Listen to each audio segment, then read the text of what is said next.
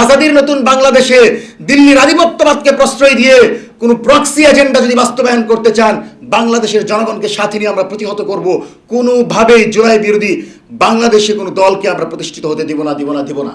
এই বিএনপি কি আওয়ামী লীগের মতো বাংলাদেশের জনগণের জনরাইকে উপেক্ষা করে দিল্লির আধিপত্যবাদকে প্রশ্রয় দিয়ে আবারও কোনো ফ্যাসিবাদী কাঠামো, দলীয় লেজুর ভিত্তিক বাংলাদেশ তৈরির চেষ্টা চালাচ্ছে কিনা, এটা আমাদের মনে প্রশ্ন তৈরি হয়। ইলিয়াস আলীর মতো লোকেরা যেভাবে জুলাইকে ধারণ করতে পারবে, শিলংয়ে থাকা সালাউদ্দিন আহমেদরা জুলাইকে সেভাবে ধারণ করতে পারবে না, সেটা অত্যন্ত স্বাভাবিক প্রক্রিয়া। দেখেন, গণভোট হচ্ছে বাংলাদেশের 70% জনগণের রায়ে বাংলাদেশের জনগণের আকাঙ্ক্ষা পূরণের জন্য সরকারের কাছে দেয়া একটি ওয়াদা। বাংলাদেশের 70% জনগণ যে রায় দিয়ে জানিয়ে দিয়েছে আগামীর বাংলাদেশে সংস্কার করতে হবে, আগামীর বাংলাদেশে বিচার করতে হবে, আগামীর বাংলাদেশে কোনোভাবেই ফ্যাসিবাদী কাঠামো তৈরি করা যাবে না। সেই গণভোটকে আজকে যখন বাংলাদেশ জাতীয়তাবাদী দল বিএনপি উপেক্ষা করে, তখন আমাদের কাছে একটি বিষয় স্পষ্ট হয় যে এই বিএনপি কি সেই বিএনপি হয়ে উঠছে?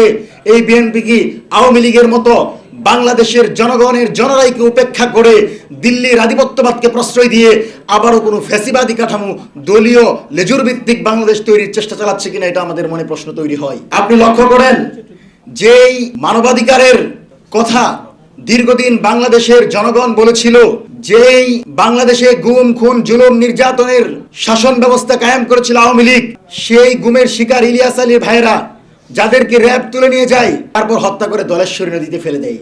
সুতরাং ইলিয়াস আলীর পরিবার, ইলিয়াস আলীর মতো লোকেরা যেভাবে জুলাইকে ধারণ করতে পারবে, শিলংয়ে থাকা সালাউদ্দিন আহমেদরা জুলাইকে সেভাবে ধারণ করতে পারবে না, সেটা অত্যন্ত স্বাভাবিক প্রক্রিয়া। সেজন্য আমরা আপনাদেরকে স্পষ্ট ভাষায় বলি, ক্ষমতায় এসেছেন, ক্ষমতায় 5 বছর দেশটাকে ভালোভাবে চালান, কিন্তু যাদের রক্তের উপর দিয়ে আপনি ক্ষমতায় এসেছেন তাদের দিকে আঙুল তুলবেন না।